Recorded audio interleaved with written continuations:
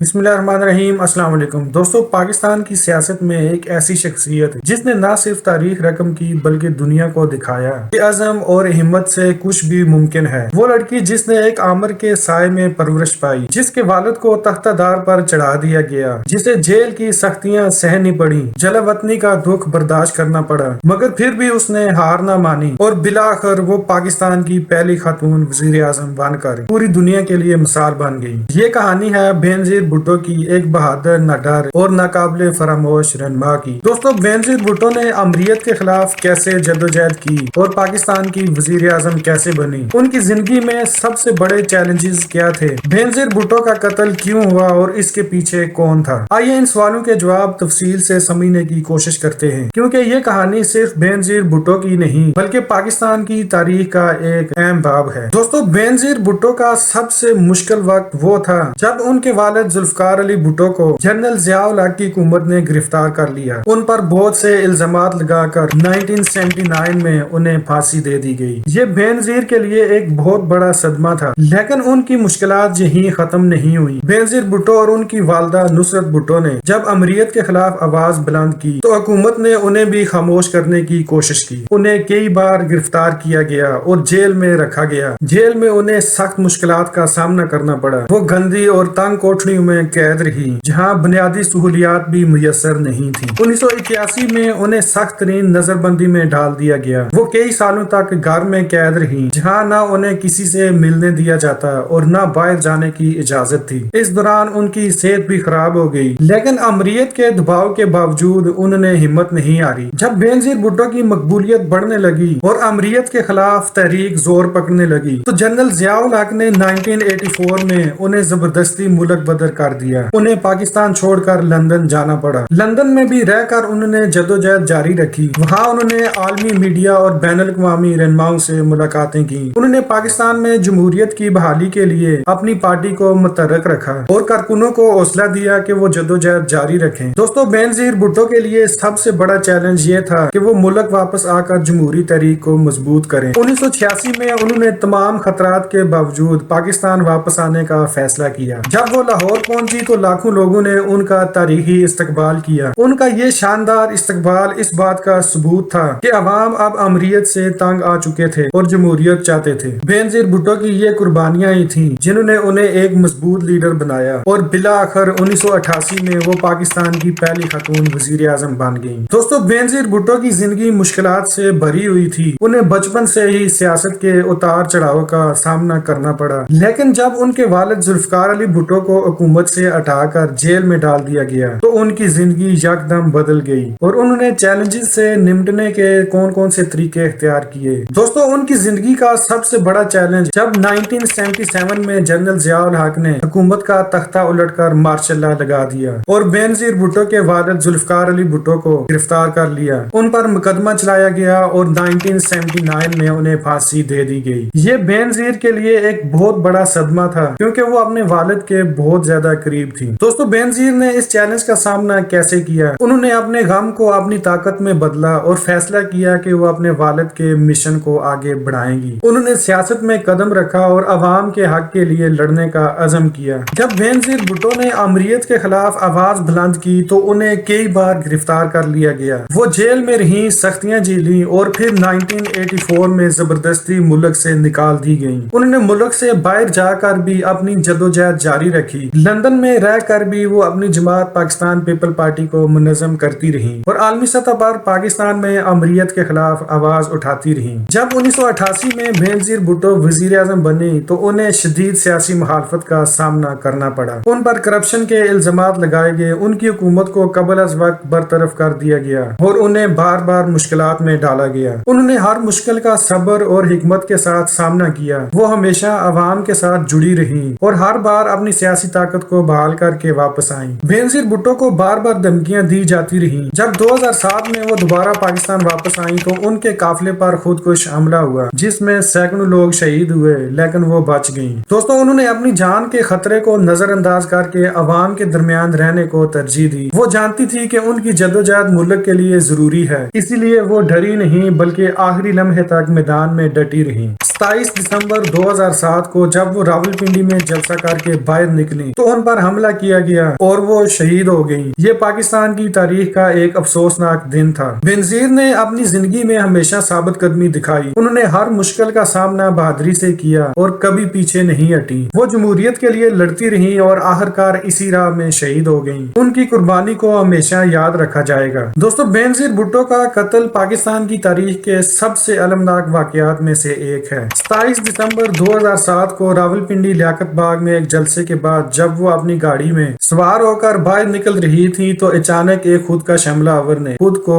धमाके से उड़ा लिया। उस हमले में बेनजीर भुट्टो शदीद जख्मी हुई और कुछ देर बाद अस्पताल में दम तोड़ गई। उनके कत्ल ने पूरी दुनिया को हिला कर रख दिया और आज भी ये सवाल बाकी है कि बेनजीर भुट्टो को किसने कत्ल किया और क्यों। दोस्तों, बेनजीर भुट्टो के कत्ल के पीछे कई अवामिल हो सकते हैं जिन पर मुख्तलिफ नजरियात और तहकीकात मौजूद हैं। बेनजीर भुट्टो हमेशा शिद्दत पसंदी और दहशत गर्दी के खिलाफ बोलती रही थी। वो कहती थी कि अगर वो वजीर आजम बनी तो वो तालिबान और इंतहा पसंद तंजीमों को खत्म कर देंगी। इसी वजह से कई शिद्दत पसंद गिरोह उनके खिलाफ थे। बेनजीर भुट्टो ने एक और इंटरव्यू में कहा था कि उन्हें अलकायदा और तालिबान से खतरा है। अमरीकी खुफिया एजेंसी CIA ने भी रिपोर्ट दी थी कि पाकिस्तानी तालिबान के सरबराह बैतुल्लाह मसूद उनके कत्ल में मुलव्वस हो सकते हैं। पाकिस्तानी हुकूमत ने एक रिकॉर्ड शुदा कॉल जारी की जिसमें मुबैना तौर पर बैतुल्लाह मसूद को बेनजीर भुट्टो के कत्ल की जिम्मेदारी कबूल करते हुए सुना गया। ताहम मसूद ने इस इल्जाम को मुस्तरद कर दिया था। दोस्तों, बेनजीर भुट्टो ने अपनी जिंदगी में कई बार कहा कि उन्हें पाकिस्तान में कुछ अंदरूनी ताकतें भी नुकसान पहुंचा सकती हैं। बेनजीर भुट्टो ने कहा था कि पाकिस्तान की कुछ खुफिया एजेंसियां भी उन्हें पसंद नहीं करती क्योंकि वो जमहूरियत की बहाली और ताकतवर हल्कों को चैलेंज करना चाहती थी। उन्होंने अपनी जिंदगी में कई बार इस खदशे का इजहार किया कि उनकी जान को खतरा है। बेनजीर भुट्टो ने अपनी मौत से पहले कहा था कि अगर उन्हें कुछ हुआ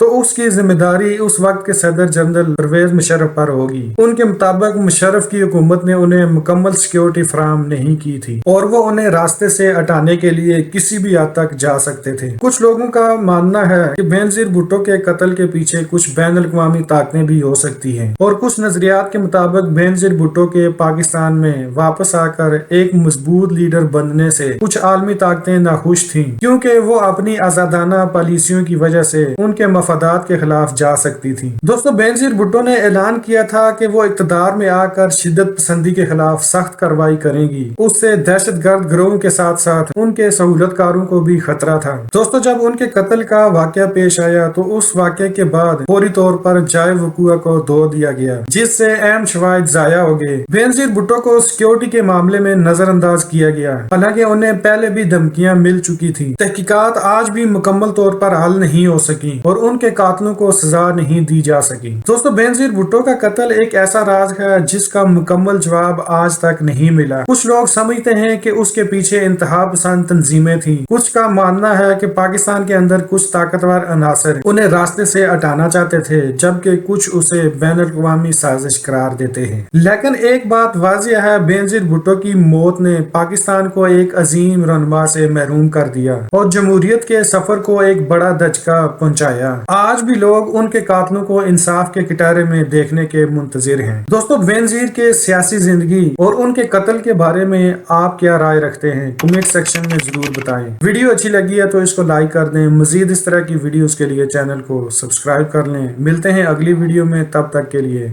अल्लाह हाफिज।